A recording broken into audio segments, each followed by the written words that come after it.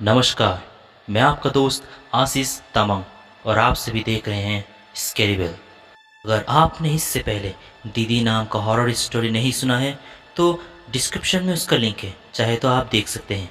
और अगर आपने वो वाला कहानी नहीं सुना है तो भी कोई बात नहीं, क्योंकि उस वाले कहानी का इस वाले कहानी के साथ कोई भी संबंध नहीं है।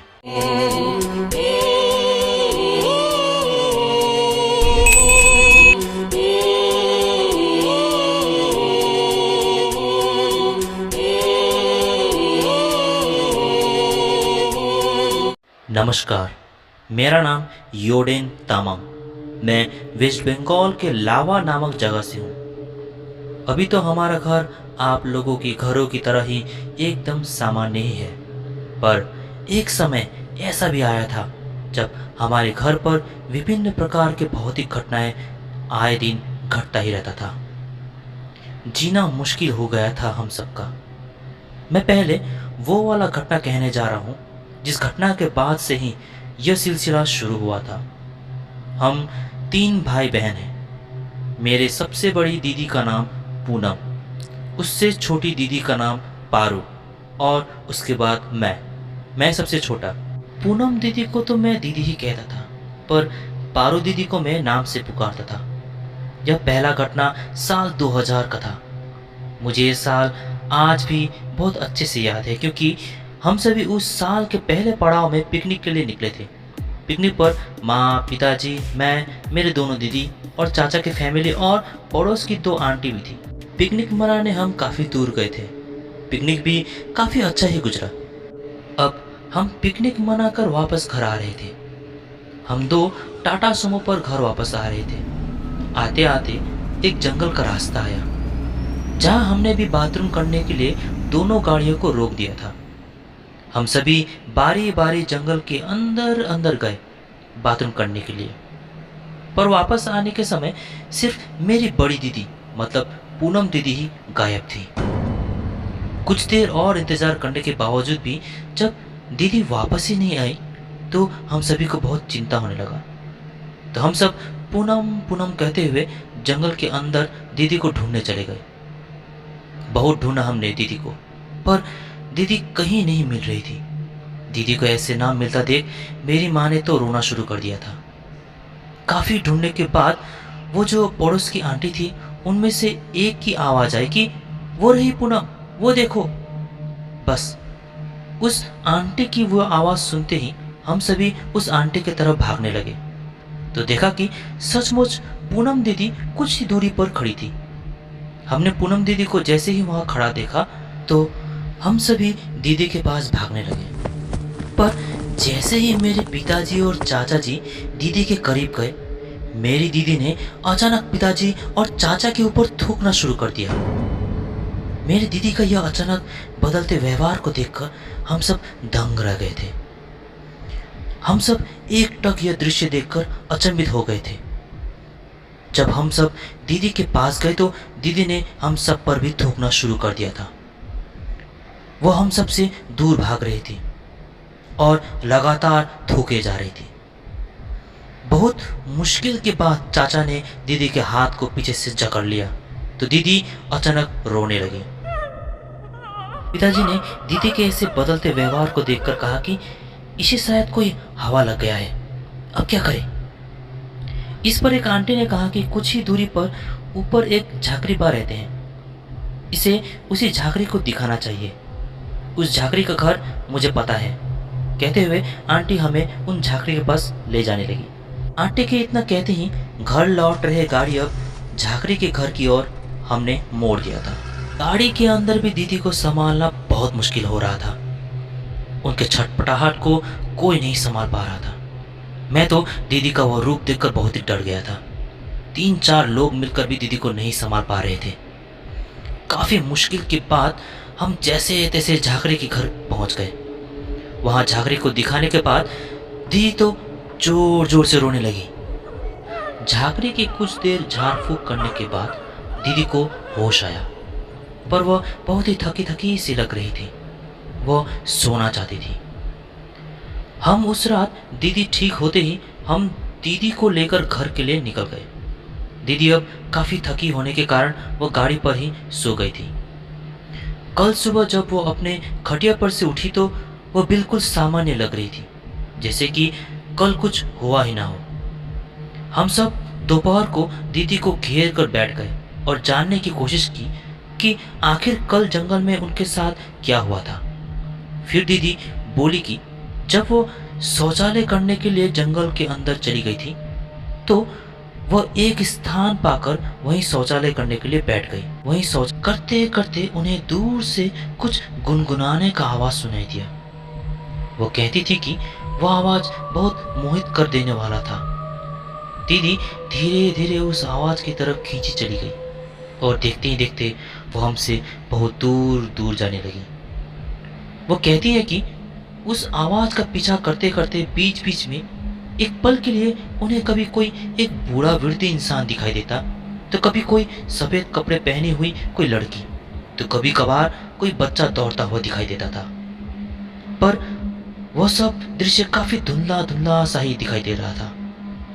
दीदी उस आवाज का पीछा करते करते जंगल के बहुत भीतर चली गई थी।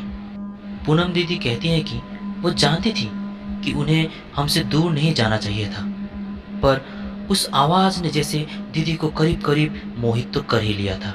इसलिए दीदी के पैरों पर उनका अपना ही कोई काबू नहीं रहा था और वो चलती चलती एक घने अंधेरे जंगल में चली गई थी। वहां पहुंचते ही वो गुनगुनाने का आवाज और तेज होने लगी थी, पर उन्हें वहां कोई दिखाई नहीं दे रहा था कि तभी पीछे से एक बूढ़ा वृद्ध इंसान आया और अपने उंगलियों को इशारा करते हुए कहने लगा, आ गई तू, अब वो देख। बूढ़े को एकाएक अपने इतने नजदीक पाकर दीदी झट से डर गई और उस बूढ़े इंसान के इशारे की तरफ देखने लगी। उन्होंने देखा कि वहां कुछ मिट्टी पर गड़े बड़े बड़े पत्थर थे, पर जब उन्होंने और ध्यान से देखा तो वो कोई पत्थर नहीं था, बल्कि मिट्टी पर गड़े कुछ पुराने कब्र थी। उस कब्र के पास एक खाली स्टील का ग्लास और एक बड़ा सा थाली था। वो ग्लास और थाली भी काफी पुराना ही लग रहा था। उस पर मिट्टी और सफेद सफेद और हरा हरा फफूंदे भी लग चुके थे। उस कब्र के साथ साथ वो बर्तने भी काफी पुराने ही लग रहे थे। पर दीदी हैरान थी कि वह बूढ़ा इंसान उन्हें ये सब क्यों दिखा रहा है। पर दीदी उसी कब्र और कब्र पर रखे वह बर्तनों को देखते ही देखते उन्होंने अपना होश खो ही दिया था। वो कहती हैं कि उन्हें लास्ट वही कब्र और कब्र पर रखे वह बर्तन याद है। उसके बाद क्या हुआ या उन्होंने क्या क्या किया और वो उस झाकरी के घर कैसे पहुंचे, उन्हें कुछ भी याद नहीं। दीदी की यह बातें सुनकर हम सभी के शरीर डर से ठंडा पड़ने लगा था। खैर, जो हुआ वो सो हुआ। अच्छी बात यह थी कि दीदी अब बिल्कुल ठीक हो गई थी और यही सब बातें सोचकर हम सब सुकून की सांसें लेने लगे थे। पर हमें क्या मालूम था कि हमारे ऊपर अब से जो बीतने वाली थी उसका तो बस ये शुरुआत ही था। करीब करीब 2 महीने बीत चुके थे। अब तक सब कुछ ठीक था, सब कुछ सामान्य ही चल रहा था। पर धीरे धीरे हमारे घर पर एक एक करते हुए अजीबोगरीब घटनाएं घटने लगी थी। कभी किचन की बर्तनें गिरने का आवाज़ आता, तो कभी बाथरूम के अंदर से किसी के नहाने का आवाज़ आता, तो कभी कभी हमारे लकड़ी वाली सीढ़ियों पर किसी के चलने का आवाज़ भी आता। पर जब जब हम वहाँ देखने जाते तो वहाँ सब कुछ सामान्य ही रहता, जैसे कि वहाँ कुछ हुआ ही ना हो। धीरे धीरे ये घटनाएं बढ़ने लगी। एक रात की बात है, हम सब सो रहे थे। नीचे की रूम पर माँ और पिताजी सोए हुए थे। ऊपर के कमरे में हम 3। मैं तो बहुत ही गहरे नींद में था कि आधी रात के समय मुझे कुछ आवाज़ें सुनाई दी। मैं उठा तो देखता हूँ कि पूनम दीदी नींद में ही कुछ बड़बड़ा रही थी। पारू को तो कुछ भी मालूम नहीं था, वो तो बहुत ही गहरे नींद में थी। दीदी को ऐसे बड़बड़ाता देख मैंने भी कुछ नहीं किया और चुपचाप वहीं लेटे ऊपर सीलिंग की तरफ देखने लगा। अब एक बार जो मैं उठ चुका था, दीदी के उस बड़बड़ाने के कारण मुझे अब नींद ही नहीं आ रहा था। मैंने भी सोचा कि अब जब उठ ही चुका हूँ तो बाथरूम कर ही लेता हूँ। मैं बाथरूम की तरफ बढ़ ही रहा था कि बाथरूम के अंदर से पानी का आवाज़ आने लगा, जैसे कि कोई नहा रहा हो। मैं अपने दबे पाँव से बाथरूम के एकदम करीब पहुंचा और बाथरूम के दरवाजे के पास पहुंचकर अपना कान उस दरवाजे पर सटा कर रख दिया और बहुत ही ध्यान से सुना तो अब भी वो आवाज़ साफ सुनाई दे रहा था। दरवाजा को मैंने उंगली से थोड़ा सा ढकेला तो पता चला बाथरूम का दरवाजा खुला ही है और अचानक वो पानी का आवाज़ आना भी बंद हो गया। हमारा बाथरूम थोड़ा बड़ा होने के कारण वहीं पर शौच करने का और नहाने का व्यवस्था था। खैर, मैंने दरवाजे को अब उंगली से ढकेला तो अंदर कोई न था। बाल्टी पर जो पानी था वो भी एकदम स्थिर था, जैसे कि उस पानी को किसी ने छुआ भी ना हो। मैं जल्दी जल्दी शौच करके सीढ़ियों से ऊपर अपने कमरे की तरफ जाने लगा। जाते जाते जैसे ही मैं कमरे के दरवाजे पर पहुंचता हूं तो देखता हूं कि दीदी अब भी वैसे ही बड़बड़ा रही है और एक काफी धुंधला सा काला आकृति उनके ऊपर बैठा है। वो आकृति काफी धुंधला सा था और काफी हद तक काले धुएं की तरह लग रहा था। उसे देखते ही मैंने डर के मारे बहुत जोर से दीदी कहते हुए पुकारा। मेरे अचानक ऐसे जोर से चिल्लाने पर दोनों दीदियां झट से उठकर खड़ी हो गई। चिल्लाने के साथ ही साथ वह आकृति एकदम से गायब हो गया, जिसके कारण उन दोनों दीदियों ने उस आकृति को नहीं देखा। मैं तो डर के मारे जोर जोर से रोने लगा था और डर के मारे मैं वही दरवाजे पर ही बैठ गया। सचमुच मैं बहुत ही डर गया था वो दृश्य देखकर। जल्दी जल्दी दोनों मेरे करीब आई और मुझे संभालने लगी। नीचे से हल्ला सुनकर माँ पिताजी भी दौड़ी दौड़ी आई। उन लोगों के पूछने पर मैंने रोते रोते मैंने जो देखा वो सब कह दिया। मेरी वह बातें सुनकर सभी डर के मारे चुप रह गए और वो रात जैसे तैसे कट गया। फिर कुछ दिनों तक सामान्य ही रहा। एक समय माँ पिताजी हमारे मामा घर पर कुछ दिनों के लिए चले गए थे। पूनम दीदी को घर पर ही पारो दीदी और मुझे देखने के लिए रहना पड़ा था। उस समय पूरे घर पर बस हम तीन ही थे। उस समय हमारे पास नया नया लैंडलाइन फ़ोन आया हुआ था। उसी फ़ोन पर दीदी और माँ की बातें रोज हुआ करती थी। माँ उधर से हमारी खबर रखते थे और इधर से दीदी हमारे सारे बदमाशियाँ माँ को सुनाया करती थी। उधर से माँ भी कहती थी, रुक मुझे आने दे, फिर इन दोनों को ठीक करती हूँ। माँ पिताजी के बिना 2 दिन तो ऐसे ही बीत गया। तीसरी रात तकरीबन 7 या 7:30 बजे होंगे। उस रात हम सब ने एक मूवी देखने का निर्णय किया हुआ था। बाजार से उस दिन दीदी ने उस मूवी का एक वीसीडी कैसेट भी लेकर आया हुआ था। अभी के नवयुवक शायद वीसीडी और वीसीआर जैसे शब्द ना समझे, पर उस वक्त का यही वो साधन था जब हम नए नए चलचित्र उसी पर देखते थे। डीवीडी और सीडी से पहले वीसीआर का ही जमाना था। खैर, मूवी देखने के लिए हम सब ने उस रात जल्दी ही खाना खा लिया था और पूरा घर बंद करके और रूम को अंधेरा करके हम सब मूवी देखने के लिए बैठ गए। पूनम दीदी सोफे पर बैठी थी। पारो दीदी अपने पीठ को उसी सोफे के पैरों पर टिकाए नीचे बैठी थी। मैं नीचे जमीन पर लेटे लेटे मूवी का आनंद ले रहा था। हम सभी मूवी देखने पर ही मग्न थे कि तभी किचन से बर्तनें गिरने का आवाज आया। यह आवाज आते ही हम सब एकाएक डर गए थे। वो आवाज आते ही हम में से किसी का भी साहस न हुआ उस किचन पर जाने को। मूवी को स्टॉप करके हम तीनों एकदम चुपचाप होकर उसी अंधेरे रूम में उन आवाज़ों को सुन रहे थे।